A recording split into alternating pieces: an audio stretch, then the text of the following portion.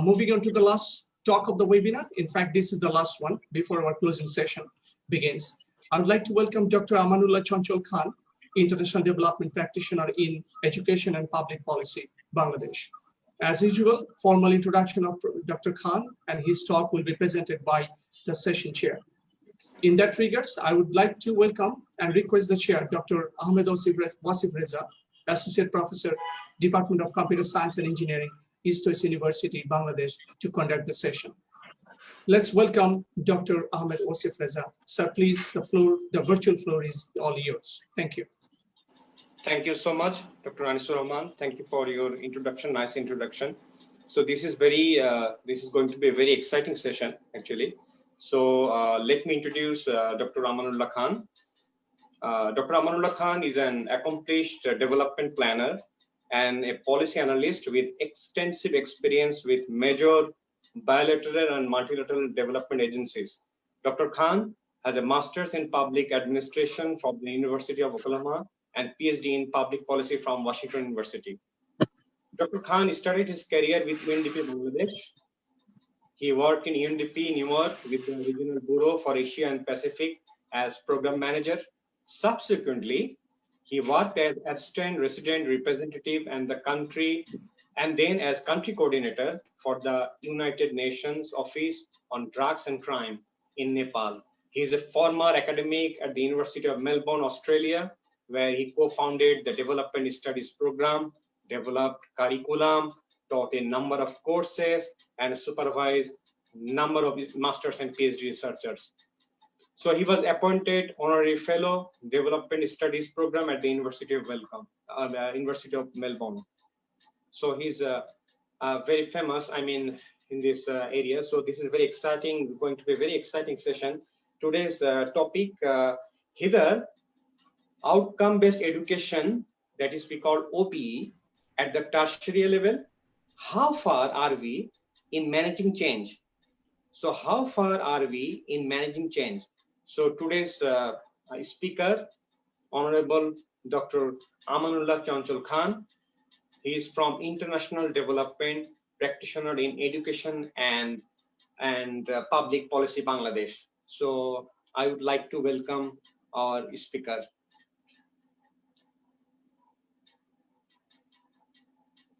Dr. Amanullah, can you hear me, please?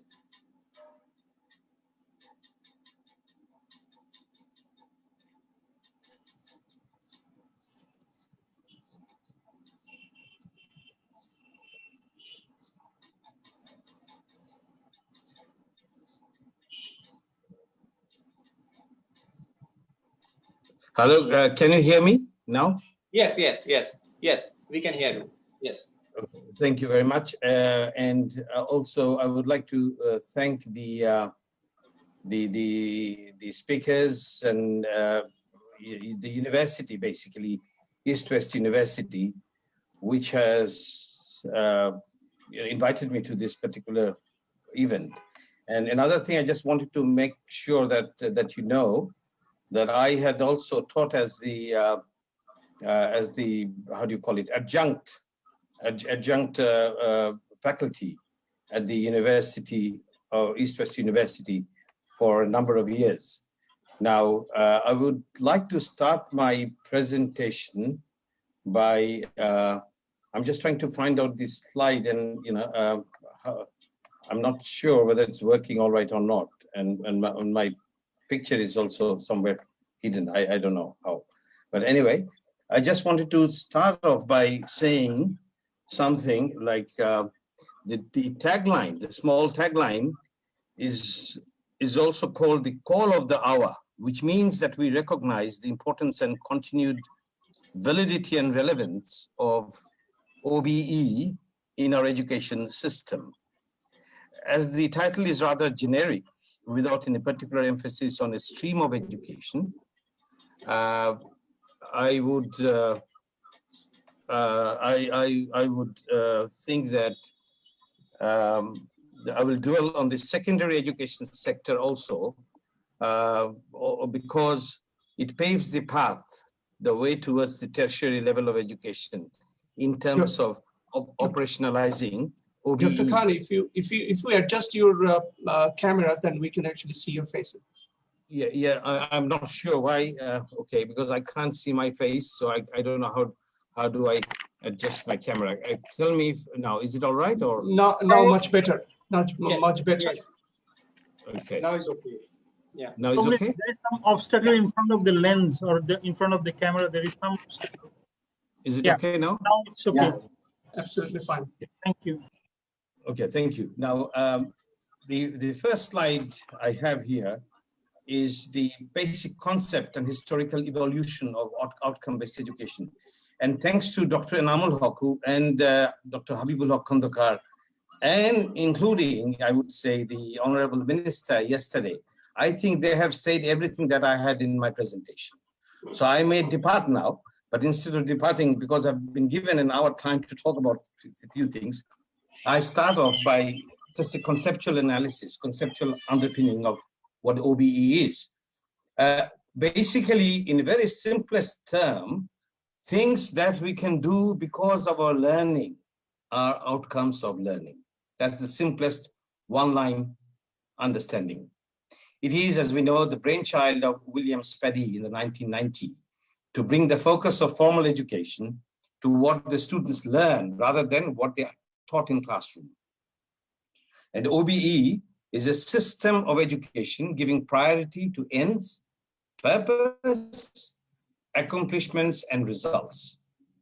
Outcomes for a higher education program, which is basically one of the topics today, are defined at 3 levels as program outcomes, program-specific outcomes, and course outcomes. The most important aspect of an outcome is that it should be observable and measurable. That's the theory part. But we have got some issues to do with these things. These are best written in a well-defined framework of taxonomy of learning. And I would like to add here, probably another issue that needs to be brought to the fore is the issue of portability. How do you take the learning? How do you carry this learning to as many places as possible as a reflection of the learning one has obtained? I also propagate for outcome-based teaching that must go hand in hand. Also important is how much of this learning has contributed to the students' access to the relevant and desired career, and how sustainable these have been in terms of usability of their learning in their actual workplace. Now, what is outcome? We have mentioned, but it is not something to do with score, as we all know, or label, or grade, or even percentage that someone attaches to the demonstration, but the substance and action of the demonstration itself. And these should be achievable. Instruction should make a difference, should be transparent and fair, should indicate where learning have not been achieved, and reflect the results of learning, not necessarily the process. Spady is very clear in saying that outcomes should state what students can do when they exit the system. And outcomes describe the significant learning, not trivial learning. Learning is not significant unless the outcome reflects the complexities of real life and give prominence to the real life roles that learners will face after they have finished their formal education. Here, I propagate that OBE and outcome-based teaching, the teaching part is very important, must go hand in hand if we really mean business. Here is a small diagram of an outcome pyramid. On the top, as you see at the apex, the university has a mission, and then you have a college or a school mission, whatever it is, and the program mission, the program goals are set following that mission, program outcomes, course outcomes, and specific course unit instructional outcome. So what happens here is the mission of the university or the institution, whether it's a school or college or whatever, these are basically the result of the gradual progression from the course unit instructional outcomes up to the university mission. So your development happens there, and attainment, reaching the university mission, is ensured. So the desired outcomes towards the bottom are developed and shaped by those listed above. Also, the attainment of the bottom outcomes are necessary for attaining the outcomes listed on top. Here, we are talking about global adoption, rejection, and practices of OBE. Now, this outcome-based education, it bases each part of an educational system around various goals, which we call outcomes. And by the end of the educational experience, each student should have achieved the goal. There is no single specified style of teaching or assessment in OBE. So we all have to develop and create our own pedagogical style, even how you do it. Instead, classes, opportunities, and assessment should all help students achieve the specific outcomes. The role of the faculty, as was also mentioned by some other presenters, should be that of a trainer, an instructor, and facilitator. And I would call it as a solid coach, mentor based on the outcomes targeted. Then we have outcome-based methods that have been adopted in educational system around the world at the multiple levels. Australia, where I'm at this point in time now in Melbourne, and South Africa adopted OBE in the early 90s, but have since been phased out. It's very interesting.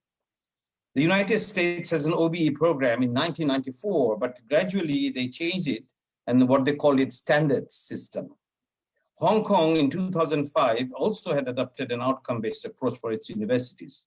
Malaysia, interestingly, is one of the very early settlers in this particular system, although they have done it more formally in public schools in 2008, but it dates back to something in 1970s, actually, in some form or the other. European Union has proposed an education shift to focus on outcomes across the European Union.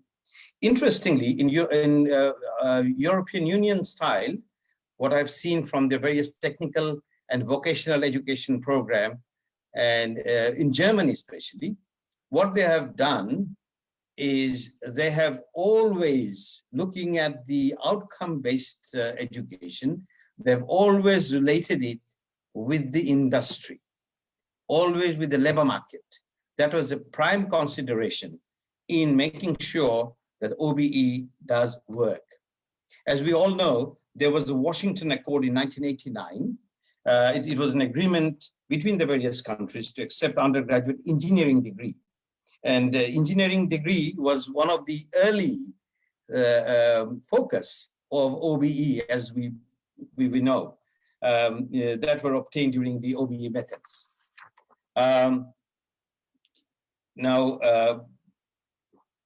We will now look at Washington Accord, as we know, as of 2017, although it started in 1989. There were a number of signatories there. Primary signatories were Australia, Canada, Taiwan, Hong Kong, India, Ireland, Japan, Korea, Malaysia, New Zealand, Russia, Singapore, South Africa, Sri Lanka, Turkey, United Kingdom, Pakistan, China, and the United States of America. There is a little bit of a word of caution that we need to talk about. Word of caution basically is to do with although the idea of OBE swept across the most education institutions in an apparently revolutionary wave, but any critical scrutiny of this approach to teaching and learning calls into a question whether it is really progressive or empty rhetoric, achieving reactionary ends. And secondly, any systematized attempt to implement OBE without a focus on objective-based teaching, and I mentioned teaching before also, can reinforce a philosophy of aggressive competition and individualism at the expense of the creativity and social cohesion, tolerance, and even multiculturalism that are situated on a social contract foundation. And lastly, the validity of the notion that outcome-based teaching and learning systems are progressive initiative that improve the quality of education is often questioned. And the impact of OBE for students entering human services professions, such as people who go into the police service, for example, or even religious leadership, music and creative arts, has implications for the society at large. Now, so we have started talking about these limitations. To talk a little bit more on these, there's a definitional issues always there that confuses us in terms of the usability of OBE. The definition of the outcomes leading to a difference in education, even though the same outcomes were said to be achieved. By outlining specific outcomes, a holistic approach to learning is often lost. Learning can find itself reduced to something rigidly specific, measurable, and observable. That was the original definition of OBE.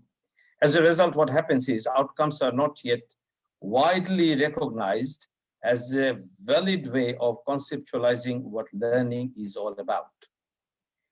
There is also to do with assessment problem. We have talked about in this seminar a lot on assessment. How do we really assess it? So when determining if an outcome has been achieved or not, assessments may become too mechanical often. Looking only to see if the students has acquired the knowledge. The ability to use and apply knowledge in different ways may not be the focus of the assessment. The focus on determining if the outcome has been achieved leads to a loss in the understanding and learning for students who may never be shown how to use the knowledge they have gained. How can they use it in their career or in the real life situation? There's also an issue to do with generality versus life skills approach. Education outcomes can lead to a constrained nature of teaching and assessment. So assessing liberal outcomes, such as various life skills approaches, we talked a while ago about critical thinking, creativity, social behavior.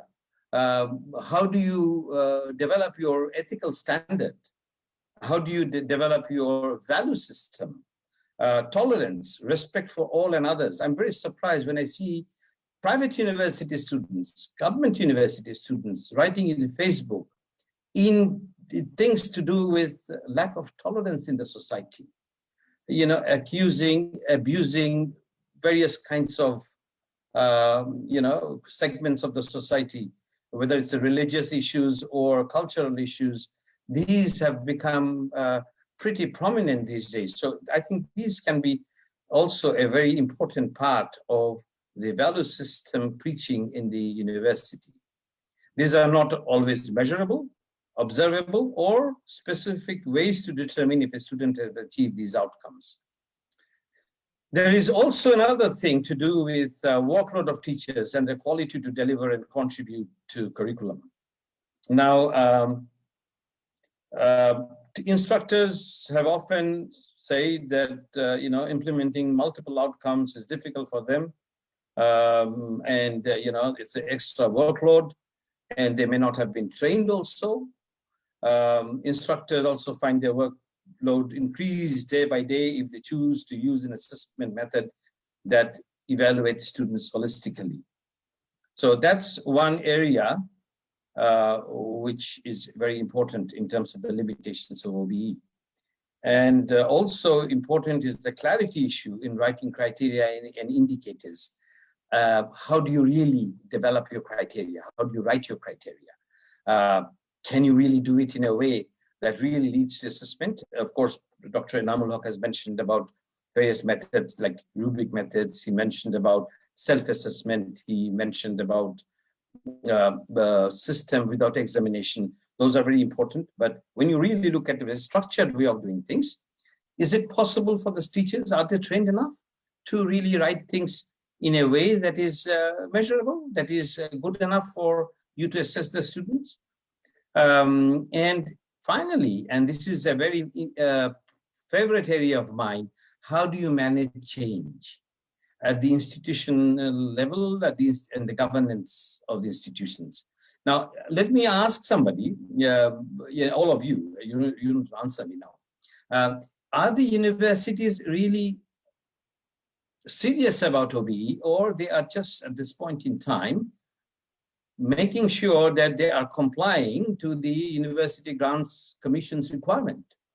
Can you send your 10 professors to a course on OBE somewhere in Bangladesh or anywhere else? Maybe overseas, yes, they may be interested to go. But if we organize a training, will they come to learn for 3 days on OBE? Now, I've seen this, and I don't want to be critical, but just one little thing I must mention, and please don't take it critically and don't take it as a negative thing, that this university, you have got a cell to look after this particular issue of quality assurance. Should this be a cell, just a cell with 1 or 2 people? Or it should be very well structured with qualified educationists who could run this with the knowledge of OBE. I'm not saying that the universities here all have, have done it in a way that just is a matter of compliance that you are trying to use now. But at the same time, I think care must be taken in uplifting organizations or the departments or the divisions within the universities to make sure that, that it is not just a rhetoric, not just a compliance issue. These limitations and more, as I mentioned, across the globe have led to many controversies and abandonment of OBE or its drastic amendments over the years. I'd like to come to the issue of curriculum and outcomes. There's a direct relationship between curriculum and outcomes. I'll have to go through it very quickly. The term outcomes has broader meaning than just simply measuring learning outcomes to hold schools or institutions, universities accountable.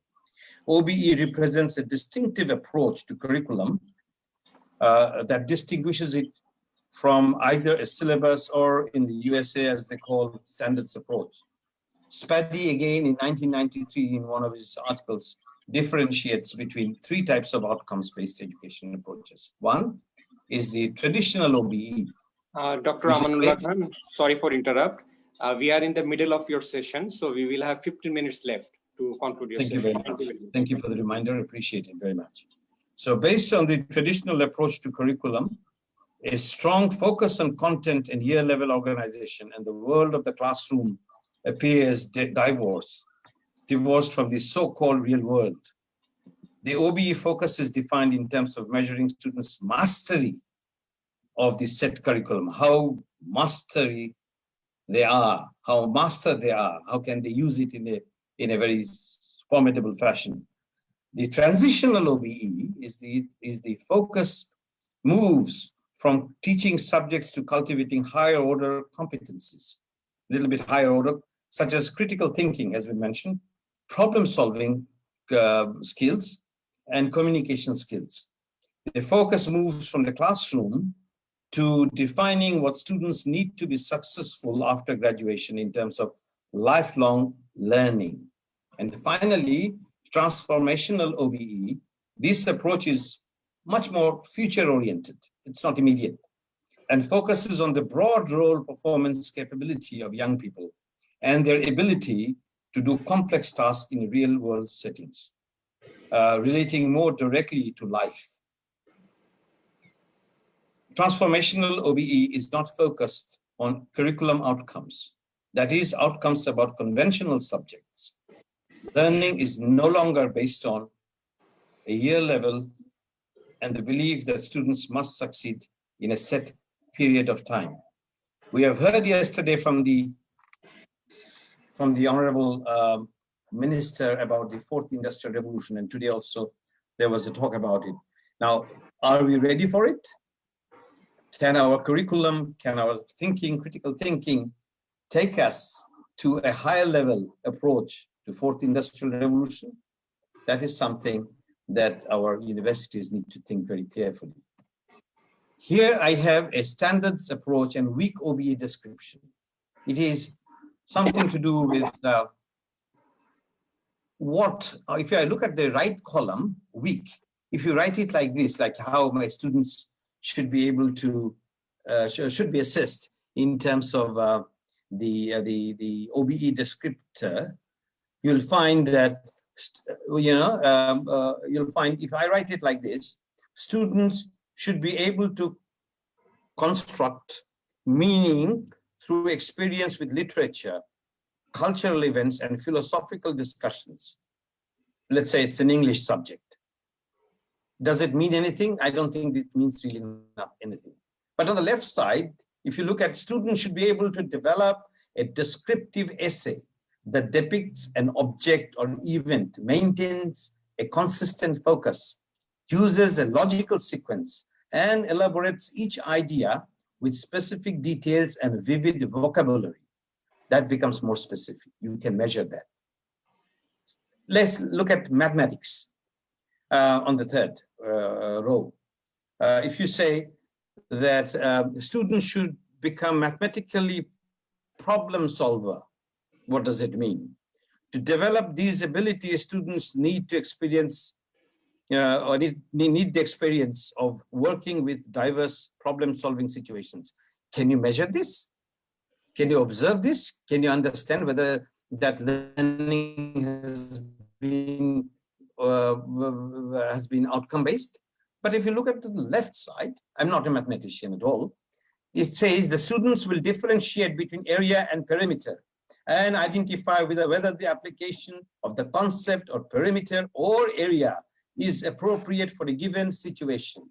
You can measure this. So are we ready? Are our teachers ready? Or our OBE cell or department or divisions ready to write it in a way that can be measured easily? So that's a question I'm just leaving out to you guys, and maybe that's something, a food for thought. Here is a theory called Constructivism. Having said all the negative things I have said, there's a little bit of something to do with Constructivism, and this is something that we need to understand. Now here, promoting a developmental approach, an OBE curriculum also embodies a constructivist view of learning. As noted by Hirsch, Constructivism, drawing on the theories of Rousseau, John Dewey, and Jean Piaget, is based on the belief that students are not passive vessels for receiving knowledge, but active participants who construct knowledge for themselves. That this theory is said to support learner-centered teaching. I think Dr. Amanullah has said it so rightly. Hands-on learning, discovery learning, and the rest. Constructivism is a psychological theory about memory and learning. Second one is to do with, I'm talking about the Australian curriculum. Australian curriculum developments, it gives precedence to constructivist approach to learning, learning is unique to every individual in the classroom or the institution. The third is learning must be active and related to the real world in the most obvious sense, as we mentioned. And the fourth is, unlike syllabus or standard approach, which America has adopted, where there is a greater emphasis on direct instruction and explicit teaching, OBE approach adopts classroom strategies like group learning, individualized project work, and inquiry learning. And the last one, which is one of the flaws in constructivism, of course, I have to say this at the same time, that it takes a common sense observation that learning is actively constructed and that each person internalizes within himself or herself learning in a unique way. The way I learn, you don't learn it that way, and my friend doesn't learn it that way, and distorts it to such an extent that it becomes counterproductive. So we have to make a balance between this constructivism or constructivist approach to the way we like to develop our own OBE system. This is a very quick triangular explanation of this alignment. On the left side, as you see, what a student should be able to do at the end of the course. On the right side, you see this learning activities are designed to align the desired learning outcomes and the assessment method that we use, which brings to the assessment methodology, which is there to be aligned with the desired outcomes. This will signal to the students what is important to learn and how it should be learned. Possible strategies I need to mention here. Now, after having said all of these, I've got a few, these are conclusions and recommendations, if you like, that the OBE paradigm is now the underlying paradigm followed by global accreditation efforts, such as the Washington Accord. The shift to OBE is so pronounced that some education experts identify the shift to OBE and accreditation, which are linked together, as one of the top major changes in the last 100 years. First of all, I think the political will is the most important thing. The policy pronouncements. Yes, of course, we heard the minister. Thank you very much, Honorable Minister. But I think the policy pronouncements by the government are essential for, whether it is, there's a new national education policy that is being developed soon, and then there'll be higher education policies, and other policies must have this particular thing reflected in a very strategic way, in a very direct way. The second one is, regardless of the weakness of OBE, it can serve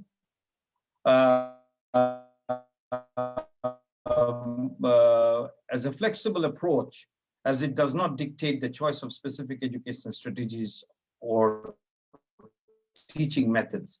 New OBE schemes have also diversified in response to early misgivings about OBE.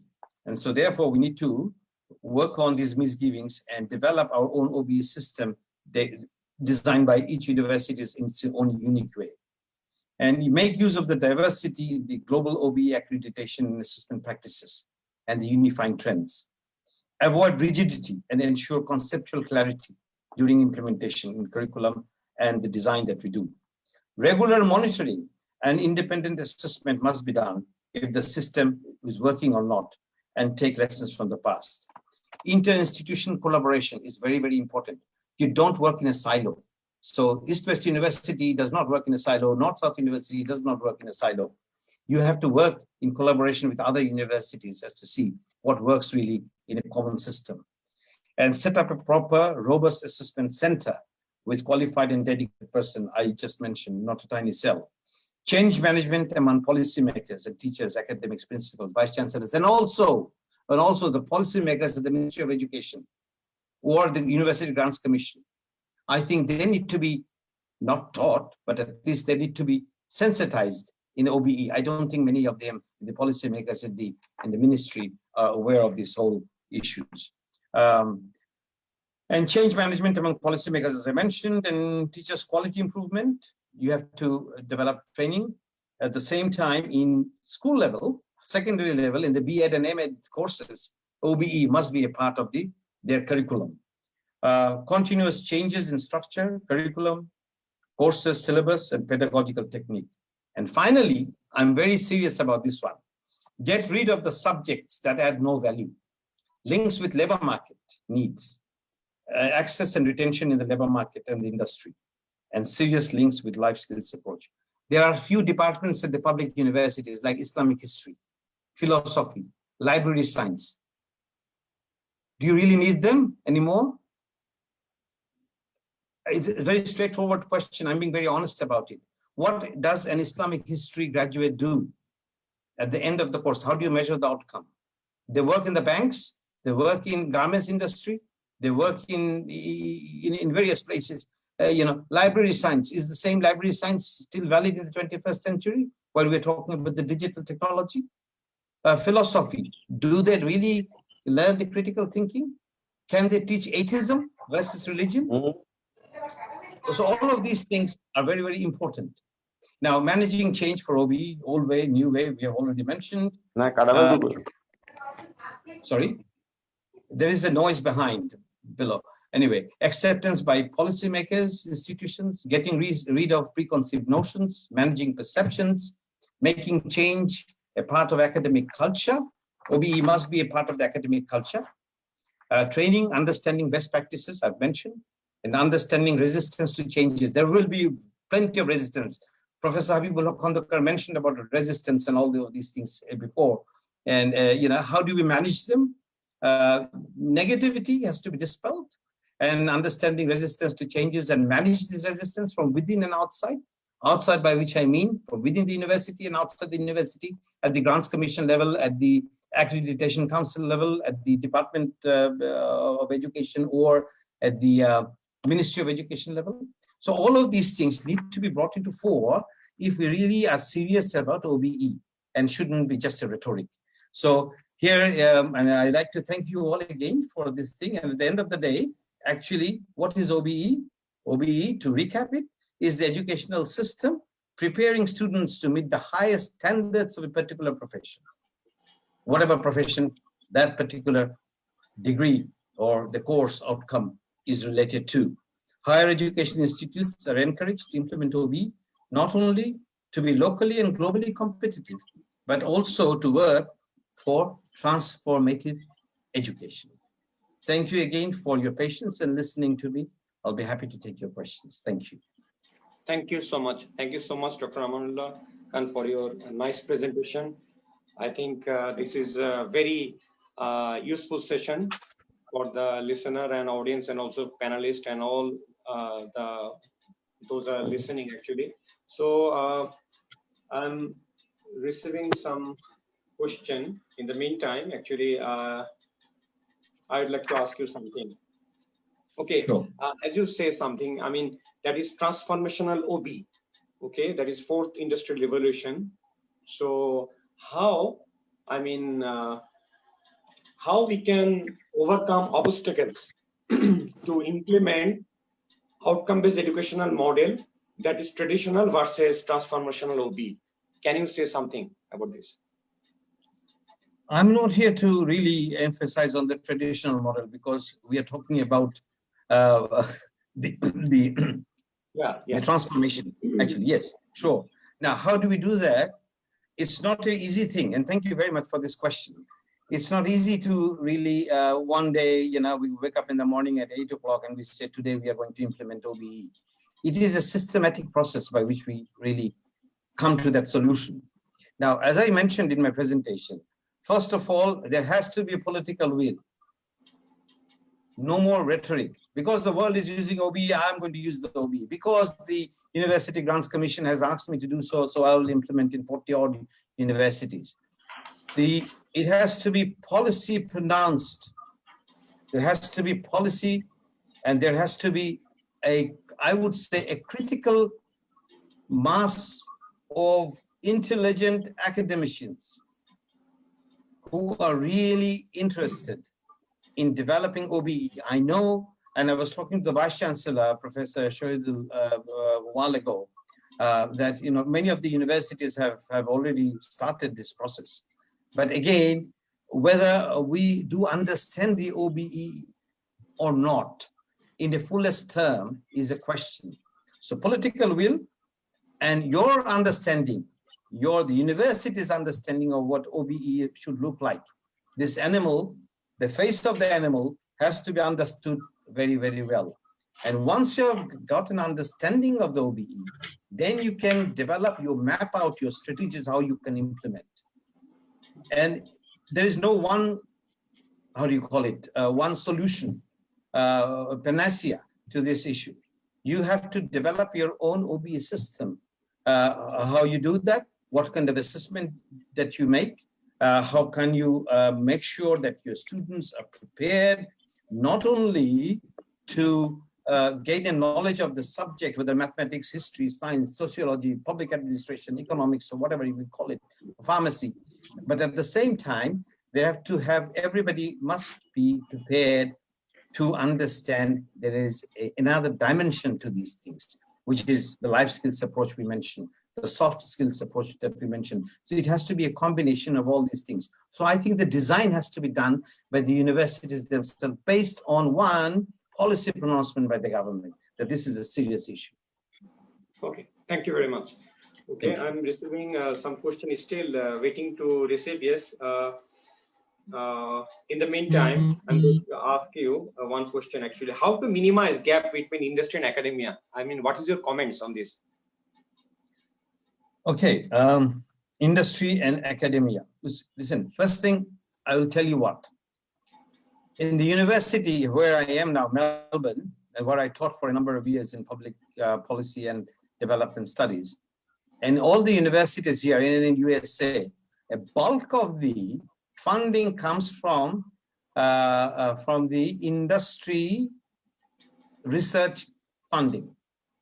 The industries have to do researches, and they use the universities' great think tanks to do their researches. Have we found too many universities, except perhaps for BUET, Bangladesh University of Engineering Technology, and some of these technologically sound universities? I do not see much of industry linkages. I think the issue to do with universities becoming a little bit proactive and talking to the industries, like Professor Habibullah Khandakar mentioned about some of the pharmaceutical industry, Chamber of Commerce. So these issues, you really have to talk. You must have a dialogue with them. During the COVID time, I was very surprised. University of Dhaka hasn't done any research, while the other universities were doing research on sociological aspects, the psychological aspects. But in other places, advanced countries, there were funding generated by the universities from the public sector, private sector, in doing researches on a variety of aspects that will help them to develop. The government will use these to develop the strategies in terms of the policy pronouncements. So here, I think the dialogue with the private sector, understanding that the private sector is an important area of funding. I was very surprised. I'm telling you something. I was very, very surprised. There is an association of private universities in Bangladesh. I don't understand why there has to be a trade union. I really do not understand why do you have to have an association like Garments Association, BGMEA, BKMEA. And I'll be very upfront about it. And they even say the government has to give what they call in Bangla pronodona or incentive, because they are not being able to service the salary of their university to the teachers. Why can you not do it yourself? Why can't you do your research and get to the private sector, bring funds from them? Why do you need to have incentives and what you call pronodona from the government to run your private universities? So the industry linkages have to be really there in a very strong way. You have to talk to them, you have to dialogue with them, you have to understand that there is a nexus and partnership between the universities and the private sector. Yeah. Thank you. Yeah, I received some more question actually from audience, and also OBE targets university vision and mission, but graduates of BD of Bangladesh are compelled to other profession, but that OBE was not made for that. So can you say something about this? This is the question I received. My apology. Yeah. Can you repeat that question? I'm not sure what it is. Okay. Outcome-based education targets university vision and mission, but graduates of Bangladesh are compelled to other professions, but their outcome-based education was not made for that. This is the concern actually. Yeah. I'm not sure what the concern really is. Vision and it really doesn't really directly link to the vision and mission. Yes, the vision and mission does say, or it should say, that this is their strategy. OBE is a strategy. The OBE cannot be a vision. OBE is not a vision and a mission. OBE is a strategy to achieve the mission and the vision. And as I mentioned, the students should be allowed to develop their own life skills, all educational attainment together in order to be employable, in order to link their knowledge in the private sector or in their, how do you call it, in their, career. Now, why do you really have to come to the universities for learning, for study? Not everybody should be a university graduate. That is one issue we have in Bangladesh. Why can't you go to the technical and vocational education area, which is being promoted greatly? So not everybody has to be a university student.